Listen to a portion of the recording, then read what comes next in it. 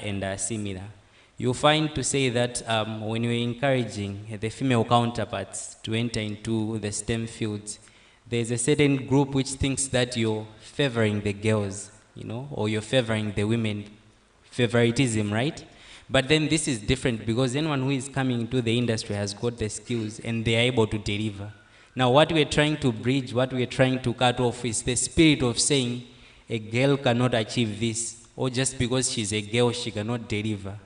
Just because she's a girl, she cannot be into the cyber fields. We need to remove these biases because sometimes these biases may be common. There are people who have these as principles. They just believe that just because she's a girl, she cannot deliver. Just because she's a girl, she cannot do this. So what we're saying is that we're not favoring them, but then we're trying to bring a balance with the skills that they have. They should show the potential that they can achieve, and then they should deliver that on the table. Thank you. Thank you very much, Horace, for So that. can I insight. just add some experience to Yes, that? please. So here are some typical scenarios. I've employed someone midway. I didn't know she was pregnant. In a very, very active, responsible role, in a very active project. And yeah, a few months away, she had to leave. First example. Second example is Mother's Day. Mother's Day, very respected, very well known, but for certain people, deliberately, they have it on a Friday or on a Monday. Okay, so I don't know whether biology has a choice. Okay, so just so some of those are some of the things that I had a boss before who deliberately had, I think that was even a conscious bias. He wasn't very keen on employing women. Okay, very unfortunate. But those were his reasons. You know, when you have got things to do, these people don't show up. They've got too many problems at home and things like that. So, for me, I try and be as open-minded as I can. But I also like to encourage the women that they should take into consideration some of these things. Be open and don't lie about Mother's Day. If you want a day off, just ask. It helps. Okay? If it's Mother's Day, it's Mother's Day, but don't use the day off for Mother's Day and mix those things. So there are some of those things that are traditionally been, you know, captured in people's minds because they are there. And these are things that we need to start cleaning up. I can comfortably tell you I've been married for 24 years. I don't remember my wife taking Mother's Day for work. Okay? Not that it's an issue, but it's just an example. So she manages it herself. She's dedicated to what she does, and we're all differently built. But these are simple things that some people take advantage of. Okay, that's tarnish the women folk. Yeah, but it's not just for the women folk. And we also have men who don't come on Friday and they're Monday. And when they do, they smell different. Okay? But it's important that we know that there are some things, as girls, I think for me it's very simple. Skills first, hard work, and then the rest we can talk. No, thank you so much for that insight. It seems as if the ladies are now like trying to, you know, be really, really engaged. I feel like you're probably going to have a lot of questions after this. Yeah, yeah. Okay, thank you so much. Well, we have really little time, so just a little bit of a next part that we're going to have to look at should be a little bit of a broader impact and the long-term goals when it comes to these male allies. Yesterday we talked about pioneering the future, particularly in emerging technologies, right? How do you see the role of male allies evolving as the cybersecurity industry continues to grow? Let me start with you, Horace. If you can just give us how you see the role of male allies evolving. Are there going to be more, you know, allies? As Msonde has mentioned, there is someone that also has his own perspectives of why I cannot employ women, right? But how do you see it evolving as in the cybersecurity industry as it continues to grow, because it is growing? Yeah, so there is that part. Can you just give us your insights on that? All right, so to my understanding, I feel like in the coming years, we're going to have more male allies because when you take it down to understand what being an ally is all about, it's all about inspiring. So we need to inspire. For example, myself as a male, I have got a role to inspire as other males to be allies when it comes to STEM fields, when it comes to the cyber fields. And this is because when we look at issues to do with cybersecurity, for example, we need to understand to say, if, let's say, for example, I'm about to be scammed or someone is about to perform a phishing attack on me or any kind of cyber attack, they are not going to attack me based on me being a male or female. So if we leave out a certain kind of people just because they are females and then they shouldn't be involved in these fields, that will present an issue because they will be left out in terms of understanding. Historically, when we look at the cyber fields, we're generally talking about, let's say, for example, the internet. And then internet penetration is something that is everywhere. Mobile penetration is something that is everywhere. If you have to study Africa, you understand that, for example, there have been more attacks just because of the coming in of internet, the coming in of technology.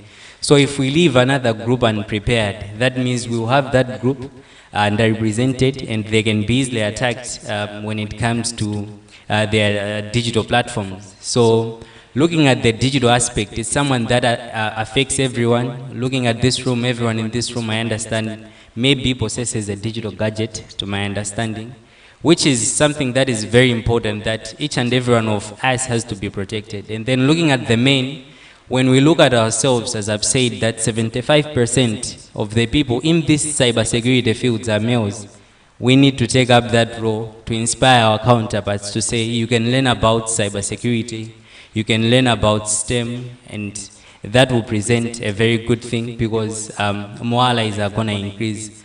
Number two, we need as males to encourage our other males to get an understanding of what being an ally is all about. Because as I have already said, sometimes other people look at it as favoritism, but then when you digest deep into it, it's more of mentorship, it's more of making sure that our female counterparts understand that if we have a brain, they have a brain, whatever I can do, they can also do. And the other thing is, it's about making our, for example, myself, it's about making other males understand, as Musonda has said, that we are built differently. The way I was built up as a man and the way someone was built up as a female, we're two kind of different groups to some extent. So we need to understand that in our policies, we understand the nature of women. Women get pregnant, women give birth. And then in our policies, we can targetively include these things that will make sure that we encourage them. And now if we can break up these things and make more males understand to say it's not about favoritism, but it's about understanding our different natures and what we can bring to the table, I think at the end of the day, more people will be interested in supporting the cause. Thank you. Thank you so much, Horace. That's a very, very good insights that you have given. I feel like the women in this room probably feel a little bit better with that whole comment that you have given here. I don't know if Musonda, you have anything to add on this? Yeah. So, two things I would expect futuristic. This conference won't be there because it has reached equality, or it will be the opposite. To be the, the women sitting here and providing mentorship to the boys. Okay? So back home in Zambia, we have what? Almost half of the banks now are led by women, which is a fantastic thing. I sit on a few boards already, we're getting outnumbered. So the message is very clear. And I think the effort is being seen very clearly here. Lots of young ladies, I think, putting in the effort. I'm not sure whether there should be a typical impact from an emerging technology perspective. I think it's rightfully put, technology impacts all of us. But what I see maybe from a job market perspective, and I think that from a gender perspective, I would see more women flourishing in this field because because of their risk management capability. You know, women are more risk averse. They look. That's the area that's going to be very big now. The rest of it, really, technology will look after itself. The technical side of things, we've got artificial intelligence, we've got machine learning that's going to be dealing with those things. But we are coming from a human-to-human environment, as they say, going to a human-to-machine, where we're now working with machines. Then now we're going to machine-to-machine. But the best environment is machine and human, okay? So if we have people that have that mindset that can help to think through things, which is a lot that is sitting here. Okay, I'm surviving here because of the lovely lady I've left at home. A lot of things I wouldn't do. She always puts a plug. Stop. That's not going to work. You're not getting that money. So that works. That's the area that we look at. For cybersecurity, we need to understand. We discussed a lot of technologies yesterday. We need to look at people who are going to say, we need to be careful about this. We need to be conscious about that. And for me, the women do the best job there. So I see cybersecurity with all these guys flourishing more. And the guys sitting behind the machines and thinking, what have I been doing? AI is doing my job now. Okay. So overall, very complicated conversations, but very useful from my perspective. I still think these conversations must continue, but I will repeat it. For the girls, skills. Thank you so much, Masanda. Seems like we're getting a lot of praises from this gentleman here today. Horace did mention about the policies, right? So we cannot talk about anything without policy in place. We cannot talk about change without policy that is going to enforce that. Let me come to you, Molupe, as a regulator as well. Yeah, in what ways can you as male allies help to advocate for policy changes, right? Or organizational practices, basically, that support gender equality in the cyber security industry, basically. Yeah, over to you, Molupe. Okay, I think as male allies, as advocates, you know, I think what should be done is that at management level, in most organizations you'll find more they are males. But I think those males should start advocating, inquiring, or even suggesting that some policies change. Well, I know, like my colleagues are saying, that it sounds favoritism in a way, but we are, although we are equal, we are not equal. We are equal but not equal. Let me just give you an example. I'll give you an example of the country that I come from. Lesotho is one country where the ratio of men and women is 60 women, 40 of, maybe it's between 55 and 65, somewhere there. It's not big. That is number one. Number two, there are more women who go to school than male. But then when it comes to work, there are more men at work and in those high positions.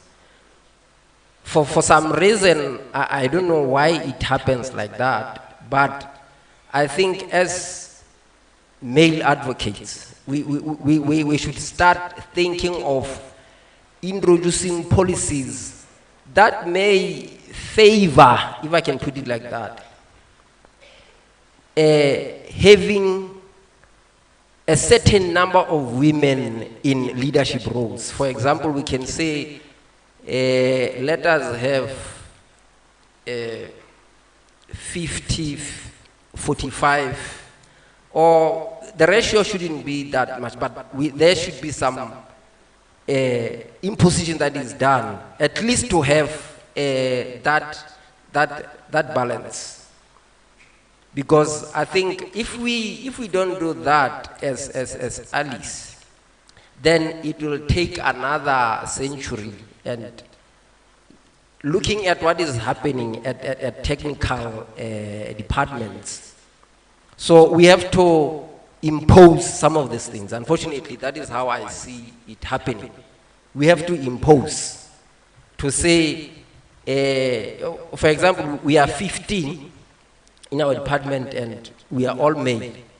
So we, in some executive room, the exco meetings, maybe one executive can just say, guys, let us look at what is happening in that technical department and introduce more women. If they are 15, maybe 2 of them will resign or won't, but let us just increase the number with women. And if there is a new vacancy there, then let us consider women first. It should be in the policies.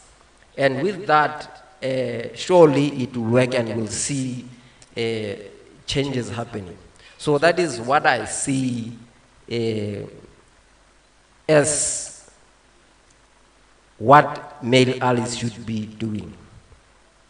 Yes. Thank you so much, Lupe. That seems to be quite an interesting way forward, which I really, really do hope can be implemented. It would be nice if that were to be implemented. Musonde, do you have anything to add to what Lupe has mentioned? I do know that Horace has already, touched on the policy aspect, so I don't know if you maybe have something else to add onto the policy. I totally support, and like I said, these are things that have been implemented in other places. So the number of women versus number of men. I think again, I did mention about cultural issues. I think Lesotho is very cultural. I think they have that background they have to consider. So there's metamorphosis. So if as a country they have regulation that controls that to be helpful, or at organizational level, or both, that drives the agenda, that drives them. And if at board, exco, you're having these discussions, definitely the changes will be seen. So policy is very, very important to drive that, and I totally agree with that. And it has to be complemented with other things. Yeah. Well, thank you so much, gentlemen, for availing yourselves just to give these women out here, just to give them your perspective of what being a male ally is. I really do hope, as women in the crowd, as we have heard from them, we're a little bit comforted that we have people that are backing us in our offices, in our lives. This discussion, very, very important. I'm just really, really glad that it has been tabled here. Thank you so much. This is me and my fellow panelists here. Thank you so much for your attention. I am not sure if I even have the time that maybe we could take 2 questions or anything, because I do know that you probably have a lot to talk. You do. Yeah. I feel like we could probably just take 2. Yeah, we could just take 2 questions. So we're going to start. Yes, we're going to start with you. As you ask, just know where your allies are.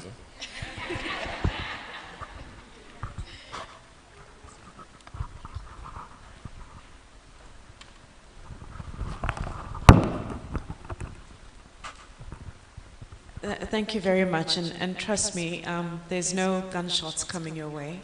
We do appreciate the fact that there is recognition that there needs to be allies. But for me, as a woman who's been in an executive for so long, in an organization where in top management, all the way down from board to the last person, it's a 50-50 split. That's how we are, that's how we operate. But in as much as you might have policies in place, what's important is implementation. Don't just talk about numbers and the women are there. The question is, when they're around the table, and correct me if I'm wrong, if you get a group of men in a meeting and a woman is there and it's time to take minutes, what happens? you look at the woman. So for me, it's not about implementation on paper, but in practice. The women are equally skilled, they're equally professional, but unfortunately, more often than not, the men will then derogate you to a position of a menial task. So if you're going to be my ally, tell me to chair the meeting and you take the minutes. Thank you very much.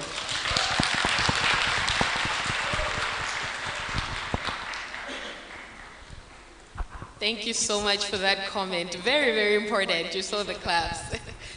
We'll take one more. Hello, my name is Mary Wako. I work at YAM Education. I'm a cyber security instructor. So one of the things I usually face is that with my students is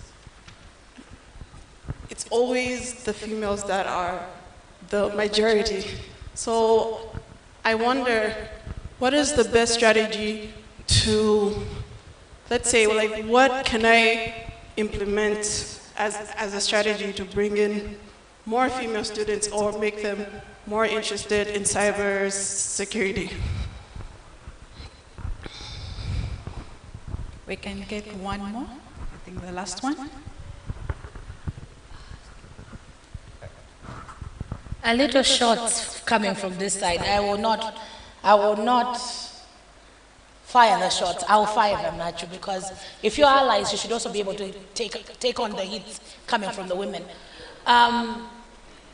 For all intents and purposes, yes, men are allies, but we have to also understand, even as you're sitting there, there's a whole deep issue that we need to understand, the concept of biases and stereotypes. And sometimes we do not recognize it, and we do not realize it. Musonda, you said something amazing. Your wife does not take a Friday. And that's your level of a woman that you've been working with. If a woman comes in and starts saying, every month, every Friday I need off, it also gives you a little way of saying, she's not as serious. But if she goes home and takes a Friday, she might give in, in the evening, she might work on the issues that you need her to work on. Because in this space, as you're saying, there's an issue of working online as well and working from home. So I think that level of also allies understanding their own biases and stereotypes and how they affect, how they interact, how they mentor, how they employ is very fundamental.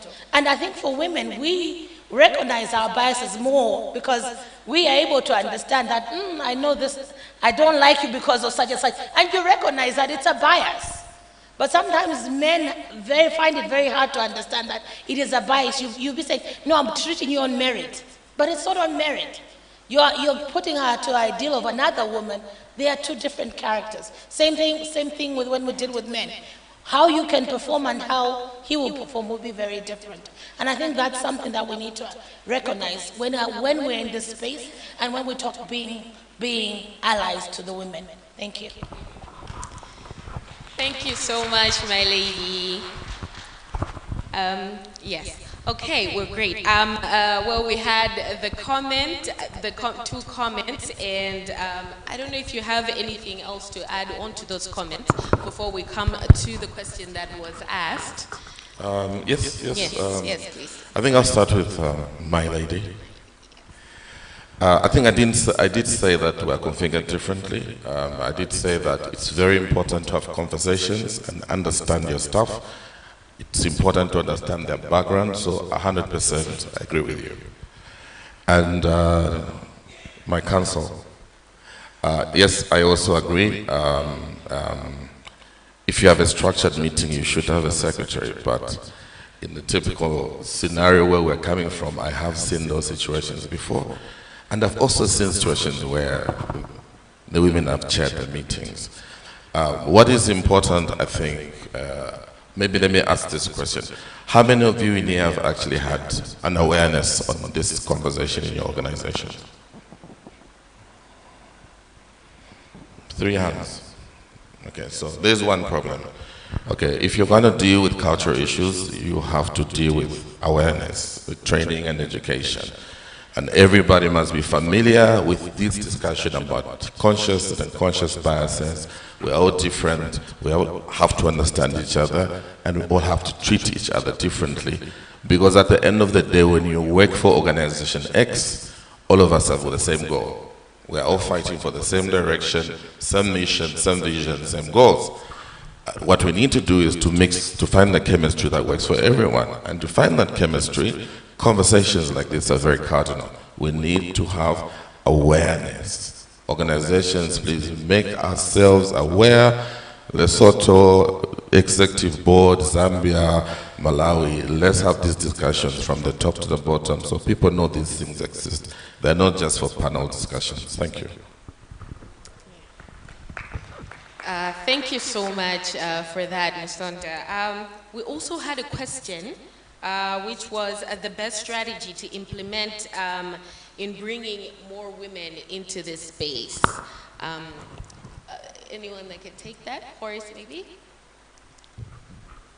All right, so when it comes to most of the fields, most of the STEM fields, as we have already discussed, sometimes you'll be given reasons to say, I cannot manage that or I cannot do that. So I believe that the first best strategy to invite or have more women or young girls in the cyber fields is to create the opportunities. So when you create opportunities, it gives room for more people, for more young girls to join in those fields. So my question would be, are there those opportunities? And yes, you have said that there's that opportunity where you're training them.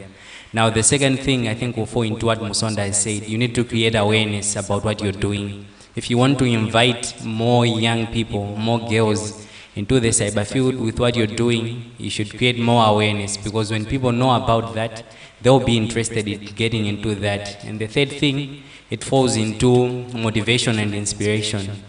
As I've said, sometimes it's about having role models. So when you look into the cyber fields trying to find a role model and you can't identify one, it's hard for you to enter into that because you feel like you're a bird alone in that field. But then if you can have more role models, even more young role models in the cyber space, in the cyber fields, you'll be more encouraged to say, okay, I can enter into this field. So it's more of creating an inspiration and more of enlightening, you know, young people, the girls themselves, into what is there in the cyberspace.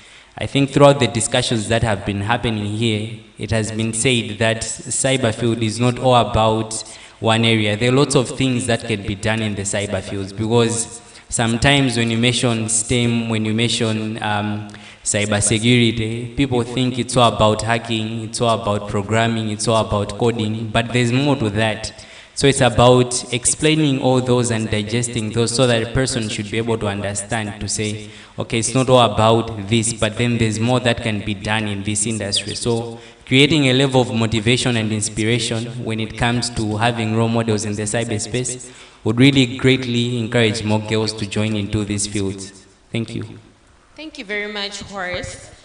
Yeah, I actually wanted to come to you there if you have anything to add to what Horace has said. Yes. I think what is most important, other than what he has said, is exposure. I think it is important that women, girls are exposed to events like this one. So if you can have, even if within the organization, I think if you can have something like that, it can work. And secondly, it is important to start maybe pairing them, a male and a female, and they work together in projects, so that they can actually see that as women we can do these things. So the more they get exposed, the more they see that what their male counterparts does is something that they can also do. So it builds the confidence. Thank you. Thank you so much for that addition, Molupe. This has been such a wonderful session. I love the engagement. I know that there's probably a lot more things that you want to talk about and clarify, and we still have this gentleman with us here. Thank you so much, gentlemen, for just giving us insight on what it is that you can do to assist us in advancing in the cybersecurity sector. Thank you so much for your attention. May you please give a hand to this wonderful gentleman. Thank you so much. Thank you, Constance. I will not stand between you and lunch. So lunch is being served outside. We are asked to use the straight door, straight ahead, and coupons will be given to us from there, or we can use these two doors as well. They'll give us a coupons. We'll convene back here at 2:30. Thank you.